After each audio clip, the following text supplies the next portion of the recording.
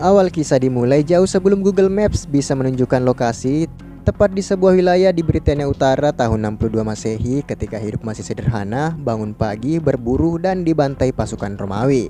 Seorang anak kecil dari suku Celtic, penunggang kuda ulung, terbangun di tengah malam akibat suara kegaduhan. Awalnya ia mengira cuma tetangga ribut soal batas tanah, tapi ternyata bukan, melainkan invasi pasukan Romawi edisi brutal tanpa sensor. Di luar, ia menyaksikan sendiri pasukan Roma membantai sukunya demi perluasan wilayah kekaisaran Romawi. Ayahnya dan para penduduk berusaha mempertahankan tanah mereka bukan demi ditanami sawit, tetapi demi sebuah harga diri. Sayangnya, harga diri tak berlaku di hadapan pedang bangsa Romawi dan satu persatu pun tumbang tanpa diskon belas kasihan. Sang ibu yang mencoba menyelamatkan anaknya pun tak luput dari serangan. Begitu juga dengan para penduduk yang masih tersisa, dibawa ke hadapan pimpinan pasukan bernama Corvus yang secara sadis langsung membantai para penduduk yang tersisa dan disaksikan langsung oleh sang anak yang tentu saja akan menyisahkan dendam di dalam dirinya. Para penduduk yang dianggap mati pun ditumpuk begitu saja layaknya barang retur dan dibiarkan membusuk begitu saja. Si bocah yang masih selamat pun berpura-pura mati agar tak diketahui oleh pasukan Romawi. Setelah pembantaian itu, sang anak tersebut meninggalkan tempat asalnya dan sendirian membawa luka batin dan berpotensi menjadi tokoh utama. Namun hidup belum selesai mengujinya, ia ditemukan oleh penyintas lain tapi bukan untuk ditolong, melainkan dijadikan sebagai budak. 17 tahun kemudian, pusat kota Britania kini punya gladiator baru, yaitu sang bocah yang tumbuh menjadi pria tangguh bernama Celt.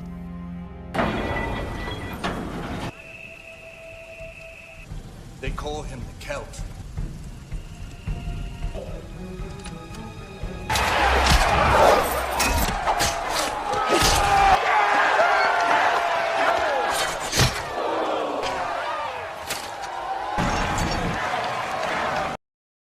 Kemampuannya menarik perhatian promotor gladiator Romawi sehingga dengan uangnya yang memiliki, akhirnya memutuskan untuk membeli Celt dan beberapa petarung lainnya untuk dibawa ke sebuah kota bernama Pompei, tempat para gladiator memperlihatkan kemampuan bertarung mereka.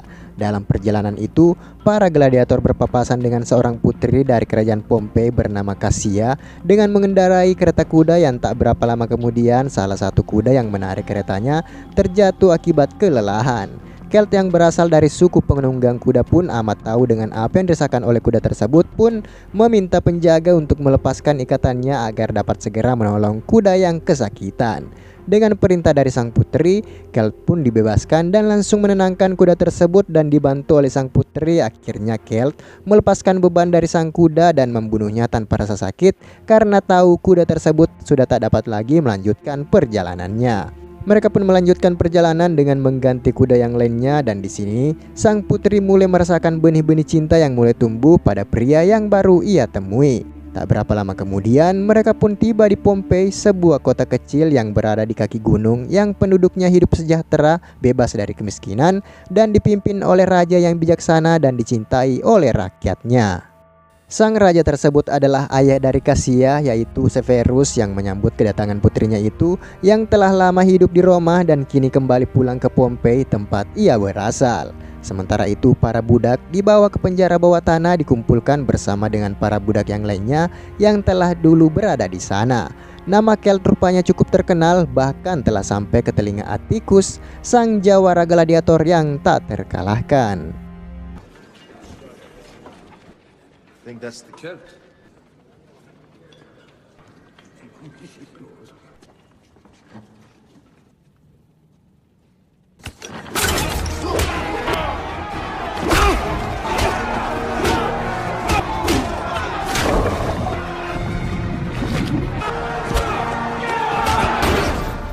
Explain. Open the gate.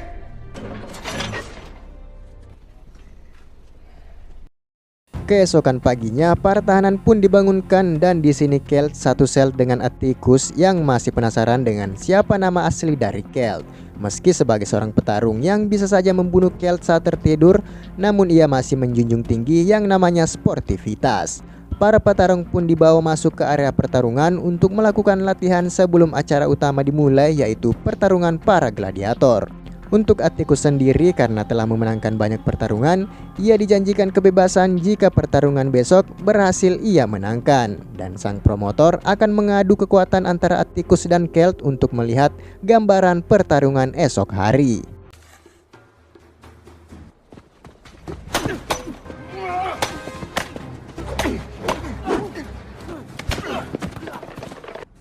Very unlucky.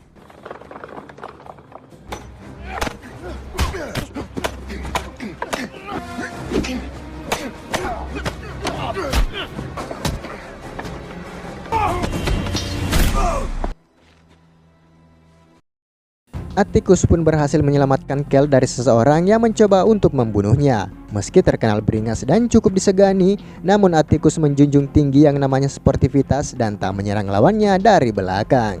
Di saat yang sama, rupanya senator ataupun sang pemimpin pasukan Roma yaitu Corvus mendatangi kerajaan kecil itu karena perintah dari sang kaisar Roma untuk melakukan investasi di Pompei. Jika cukup menghasilkan, maka tak menutup kemungkinan kerajaan yang dipimpin oleh Severus dapat semakin makmur.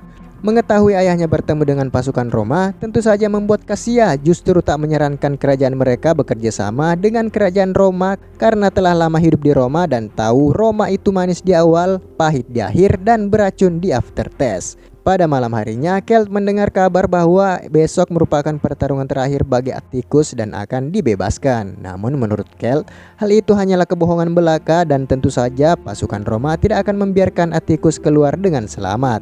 Tak berapa lama kemudian, sang promotor pertarungan membawa Atticus dan Kelt ke tempat di mana para tamu-tamu kerajaan sedang melakukan pesta di mana mereka ingin melihat kandidat juara untuk pertarungan besok. Di sini sang putri Caesar kembali bertemu dengan Kelt yang membuat kedua hati mereka semakin kacau balau dibanjiri dengan perasaan cinta pada pandangan pertama. Tak berapa lama kemudian, tiba-tiba gempa vulkanik membuat tempat tersebut terguncang dan membuat kuda-kuda kerajaan ketakutan sehingga Putri Caesar meminta penjaga untuk membebaskan Kelt agar dapat menenangkan para kuda yang ketakutan. Dengan kepiawaiannya itu, tak butuh waktu lama Kelt mampu menenangkan kuda milik sang putri. Tak mendengar suara kegaduhan dari sang kuda membuat Putri Caesar pun masuk untuk melihat apa yang terjadi. Rupanya Kelt berhasil menenangkan sang kuda dan menjelaskan apa yang telah ia lakukan. Dengan pasukan Roma yang telah datang ke kerajaan tersebut, membuat Kelt berambisi untuk membalaskan dendamnya kepada pasukan tersebut setelah pertarungan besok selesai. Sang putri yang juga tak menyukai kekaisaran Roma yang ingin mengajak kerajaannya bekerja sama pun merasakan hal yang sama sehingga keduanya pun memutuskan untuk bersama dan keluar menggunakan kuda milik kerajaan. Di tengah malam yang sunyi dan di bawah bintang-bintang yang menghiasi sang malam, keduanya pun larut dalam perasaan cinta yang menyelimuti mereka menyusuri kaki gunung dan melihat indahnya pemandangan kerajaan dari kejauhan. Akibat membawa sang putri keluar dari kerajaan dan berasumsi sang putri sedang diculik, membuat Kelt mendapatkan hukuman atas apa yang telah ia lakukan dan harus mendapatkan cambukan akibat perbuatannya itu. Setelah bertemu dengan pasukan Roma yang membantai sukunya, Kelt semakin bertekad untuk membalaskan dendamnya dan memberitahukan nama aslinya kepada Atticus yaitu Milo, sehingga keduanya pun menjadi semakin akrab.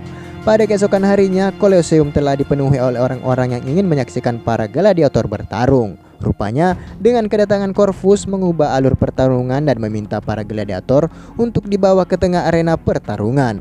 Begitu memasuki arena, sorak-sorai dari para penonton pun terdengar di segala penjuru Colosseum yang ternyata para gladiator tak akan bertarung satu sama lain melainkan akan melawan pasukan Roma yang telah diperintahkan oleh Corvus, serta untuk menyulitkan para gladiator, kaki mereka diborgol sehingga akan mempersulit para gladiator melakukan perlawanan. Selain itu, kedatangan Corvus di sana untuk mempersunting sang putri dan jika menolak, maka kekaisaran Roma akan membatalkan melakukan investasi pada kerajaan Pompei. Pertarungan itu pun dimulai sehingga Atticus dan Milo pun bertahan dan saling melindungi satu sama lainnya. This isn't a battle. What?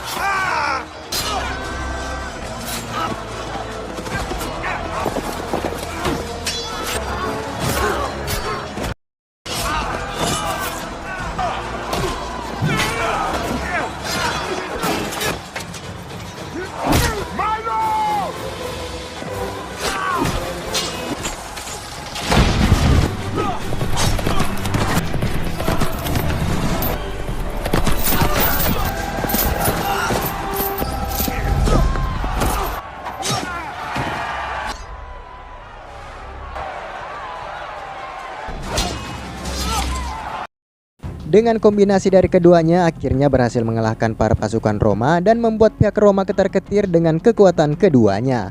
Tak ingin menjadi ancaman di masa yang akan datang, Corvus pun meminta agar keduanya segera dibunuh. Namun dengan cepat, sang putri Cassia memerintahkan para pasukan untuk membiarkan keduanya hidup, dan perintah tersebut mutlak dan tak dapat diganggu-gugat oleh siapapun. Tak berapa lama kemudian, gempa kembali mengguncang kerajaan Pompei dan membuat seluruh penduduk ketakutan. Namun dengan kelicikan dan tipu muslihat dari Corvus, ia mencoba menenangkan rakyat Pompei dengan mengatakan bahwa itu merupakan sebuah pertanda dari gunung berapi bahwa pemenang dari pertarungan tersebut berhak melawan Marcus, sang panglima perang dari Roma, sebagai bentuk penghormatan kepada kerajaan. Dengan secara terpaksa Milo pun harus bertarung dengan Marcus, sekaligus momen yang pas untuk membalaskan dendam sukunya yang telah dibantai.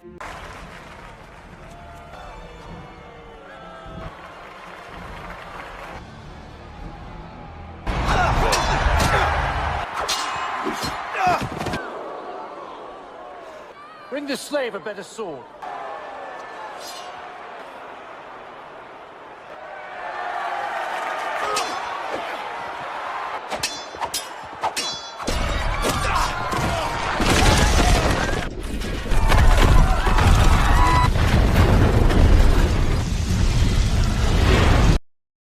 Dengan letusan gunung berapi yang semakin bergejolak, membuat gempa bumi yang lebih dahsyat meruntuhkan Colosseum dan membuat sebagian dari rakyat Pompei menjadi korban, begitu juga dengan sang raja yang terkena puing-puing bangunan. Pertarungan antara Marcus dan Milo terus berlanjut. Milo lebih memilih bertarung cerdas daripada bertarung dengan memakai ototnya dan memanfaatkan tuas pembuka sel tahanan yang membuat para petarung lainnya bebas dan melampiaskan amarah mereka pada pasukan Roma yang terus memperbudak rakyat Pompei. Marcus yang tak dapat melawan begitu banyaknya gladiator pun melarikan diri dan kini meninggalkan rekannya yang menjadi amukan para gladiator. Milo dan Atticus pun keluar melihat suasana di luar sana yang kini tampak mengerikan dengan hancurnya sebagian Colosseum dan gunung yang semakin mulai aktif menghasilkan awan vulkanik yang menutupi langit. Ia mendengarkan suara dari sang ratu dan mendatanginya melihat kondisi yang tak dapat lagi diselamatkan. Sang ratu hanya berpesan untuk segera menyelamatkan putrinya yang berada di villa dan membawanya ke tempat yang lebih aman. Bersamaan dengan itu, letusan gunung berapi semakin bertambah dan mulai mengenai bangunan-bangunan di tengah kota, sehingga membuat sebagian besar orang-orang berlarian ke pelabuhan untuk menyelamatkan diri. Milo dan Atticus pun harus berpisah, di mana Milo akan pergi menyelamatkan putri Cassia dan meminta Atticus untuk tak ikut dan segera menyelamatkan dirinya sesuai dengan keinginannya, yaitu bebas untuk selamanya. Namun Milo berjanji akan kembali bertemu dengannya di pelabuhan ketika berhasil menyelamatkan putri Cassia. Kerusakan akibat letusan gunung berapi telah memporak-porandakan kota Pompei yang dulunya kota yang indah, namun kini telah menjadi kota yang hancur dalam sekejap. Hal yang sama juga terjadi di villa tempat sang putri disekap, yang sebagian bangunan villa mulai hancur dan tak ada lagi celah untuk keluar dari sana. Di saat itulah Milo datang dan mendobrak pintu layaknya Satpol PP yang sedang melakukan penggerebekan. Berhasil menemukan putri Cassia dalam kondisi yang memprihatinkan. Dengan cepat ia membawanya keluar sebelum ruangan tersebut hancur dan menimpa keduanya. Sang dayang pun memberikan putri Cassia air untuk setidaknya dapat menenangkan Cassia yang ketakutan dan tak percaya dengan apa yang telah terjadi. Namun karena gempa yang kembali mengguncang tempat tersebut membuatnya kini hancur dan membuat dayangnya yang setia itu menjadi korban dan ikut terkubur dengan puing-puing bangunan yang tenggelam di dasar lautan.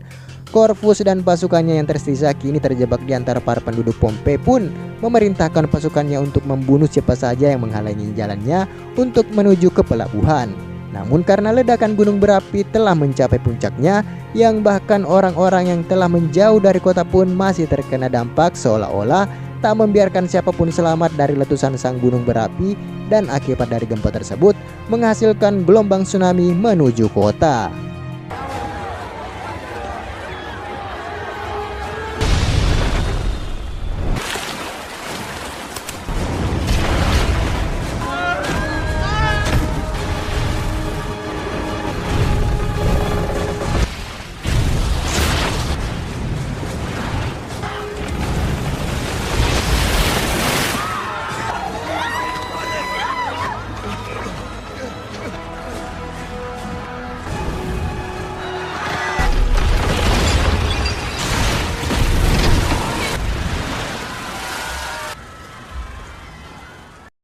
Kepanikan mulai terjadi di mana-mana dan kerusakan mulai semakin meluas. Korban banyak berjatuhan serta air pasang yang tak membiarkan mereka keluar dari kota tersebut.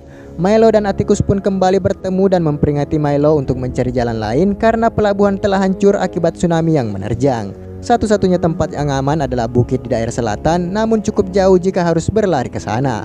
Milo pun teringat dengan kuda-kuda yang berada di area pertarungan sehingga dapat mereka gunakan untuk menyelamatkan diri. Sesampainya di sana, Putri Kasia pun melihat sendiri tempat orang tuanya yang tertimpa bangunan dan akan mengucapkan salam perpisahan kepada mereka dan meminta Milo untuk membantu Atticus menyiapkan kuda agar dapat segera keluar dari sana. Dengan hujan abu vulkanik yang semakin tebal, kini mulai menutupi tubuh dari sang raja dan sang ratu. Dan rupanya, pasukan Roma juga mendatangi tempat tersebut. Bukan hanya mereka yang mengincar para kuda, namun Corvus dan pasukannya pun memikirkan hal yang sama dan Putri Kasia juga ikut tertangkap dan akan membawanya ikut ke Roma untuk dijadikan sebagai istri. Di saat yang sama, Milo dan Atticus pun datang dan mencoba untuk melawan para pasukan Roma yang tersisa. Karena sang putri berhasil dibawa kabur, membuat Atticus meminta Milo untuk segera mengejar Corvus, sementara dirinya yang akan melawan Marcus sekaligus menjadi pertarungan terakhir bagi dirinya sebagai seorang gladiator.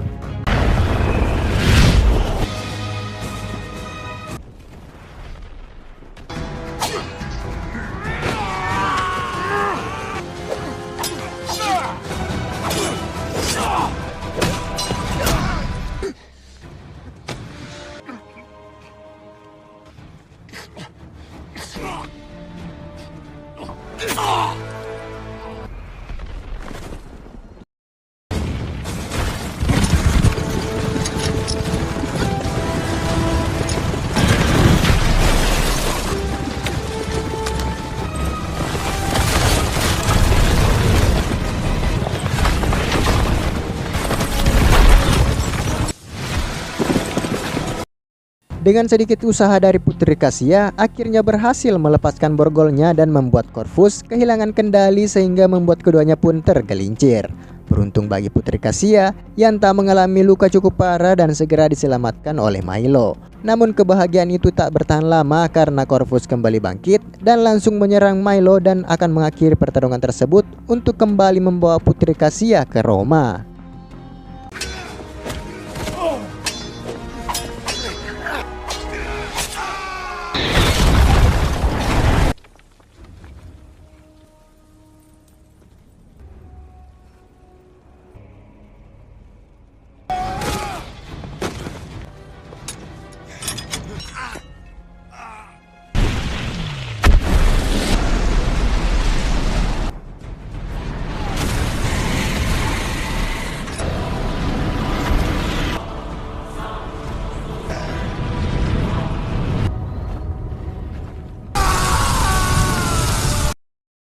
Gunung berapi itu pun meledak dan hancur yang meluluhlantahkan kota Pompei dan tenggelam dalam lautan magma. Milo dan Putri Kasia pun menghindari jangkauan ledakan tersebut, namun dengan bobot mereka berdua membuat kuda yang ditungganginya tak dapat berlari secepat mungkin sehingga secara terpaksa Milo meminta Putri Kasia untuk meninggalkan tempat tersebut agar dapat selamat dari bencana yang sebentar lagi akan sampai di tempat mereka. Namun rupanya cinta Putri Kasia pada Milo begitu dalam dan tulus sehingga memutuskan untuk tetap bersama hingga akhir hayat dan tetap akan berada di sisi Milo apapun yang terjadi dan meski harus mati bersama. Melihat ketulusan cinta sang putri membuat Milo akhirnya menenangkan sang putri dan memintanya untuk terus menatap matanya dan tak melihat bencana yang sebentar lagi mendatangi mereka, dan pada akhirnya keduanya pun memilih mati bersama membeku dalam abu vulkanik abadi sekaligus tragis dan film pun selesai. Pesan yang bisa kita ambil dari film ini adalah segala sesuatu yang bernyawa pasti akan mengalami yang namanya kematian. Maka dari itu, selagi hidup hargailah waktu sebaik mungkin dan berikan cinta yang tulus serta persiapkan diri sebaik mungkin karena kematian bisa datang kapan saja tanpa permisi. Dan sampai jumpa di alur cerita film selanjutnya. Adios.